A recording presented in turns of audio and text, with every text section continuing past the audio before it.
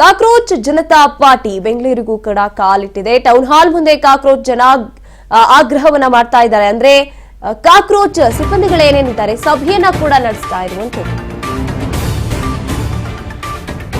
ಬೆಂಗಳೂರಿಗೂ ಕೂಡ cockroach Janata party ಸಭೆ ಮಾಡೋದಕ್ಕೆ ಎಂಟ್ರಿ ಕೊಟ್ಟಿದೆ. ಟೌನ್ ಹಾಲ್ ಮುಂದೆ ಕಾಕ್ರೋಚ್ ಜನಾಗ್ರಹ ಸಭೆ ನಡೀತಾ ಇರುವಂತದ್ದು. ಟೌನ್ ಹಾಲ್ ಮುಂದಿನ ರಸ್ತೆಗೆ ಬ್ಯಾರಿಕೇಡ್ ಅನ್ನ ಪೊಲೀಸರು ಹಾಕಿದ್ದಾರೆ. ಸಭೆ ನಡೆಸೋದಕ್ಕೆ ಅನುಮತಿಯನ್ನ ಪೊಲೀಸರು ನಿರಾಕರಿಸಿದ್ದಾರೆ. ಹೀಗಾಗಿ ಬ್ಯಾರಿಕೇಡ್ ಹಾಕಿ ಪೊಲೀಸರು ಭದ್ರತೆಯನ್ನ ಕೂಡ ಅಳವಡಿಸಿರುವಂತದ್ದು. ಈ ಮೊದಲೇ ಪರ್ಮಿಷನ್ ಕೇಳಿದ್ರು, ಆದ್ರೆ ನಿರಾಕರಿಸಿದ್ರು ಪೊಲೀಸ್ ಅಧಿಕಾರಿಗಳು.